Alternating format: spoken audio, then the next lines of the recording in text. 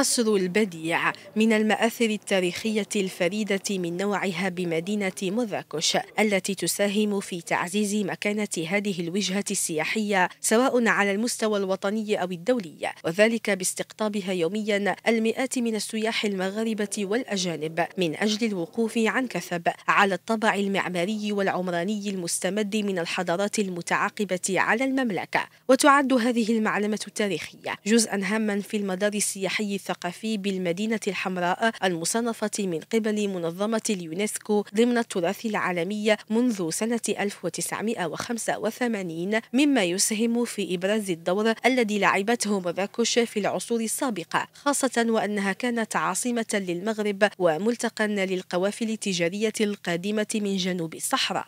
وبالنظر إلى أهميتها الكبرى في إبراز التطور والتقدم الحضاري الذي عرفه المغرب في الحقب التاريخية الماضية، تعكس المآثر التاريخية الصورة الحقيقية للقدرات التي اكتسبها المغاربة في الإبداع المعماري الذي ميز هذه الفترات من تاريخ المملكة، وكمثال حي قصر الباهية وقبور السعديين وقصر البديع. شيد قصر البديع على يد أحمد منصور الذهبي، وذلك مباشرة بعد انتصاره في معركة وادي المخازن. وكانت البداية في الشروع في تشييد هذا القصر سنة 1578 واستمرت حتى 1594، بل إن بعض الأعمال التكميلية استمرت حتى قبيل وفاة أحمد منصور الذهبي سنة 1603. لتشييده اختار الجهة الشمالية الشرقية المحاذية لسكنها الخاصة بالقصبة الموحدية، واختار له من الأسماء البديع، والبديع تيمنا بإحدى أسماء الله الحسنى.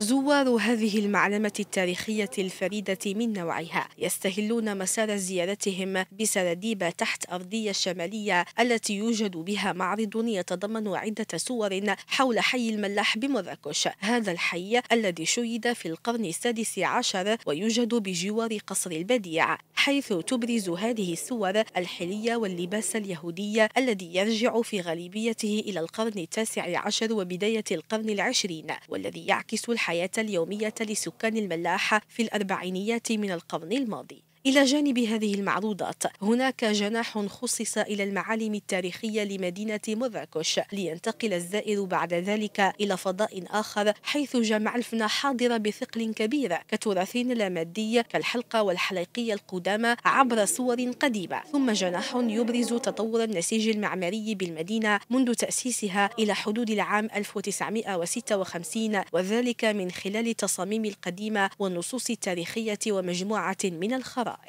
ينفرد قصر البديع بقيمة تاريخية وفنية كبيرة، وذلك بحكم التصميم الذي تتميز به، لأن تصميمها هو مستوحى من العمارة الأندلسية، بحيث نجد هناك ساحة كبرى حولها تنتصب مجموعة من القباب التي تحمل تسميات مختلفة كالقبة الخمسينية، القبة البيضاء، القبة التيجان، قبة الذهب.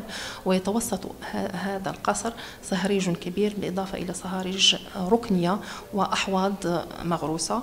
والولوج إلى هذا القصر يتم من الجهة الجنوبية الغربية له. تبقى هذه المعلمة التاريخية وغيرها من المآثر التي تزخر بها المدينة جزءا هاما من ذاكرة مراكش على الخصوص والمغرب على العموم، وذلك لما لها من دور في التنمية الثقافية وتحريك عجلة الاقتصاد بالمنطقة.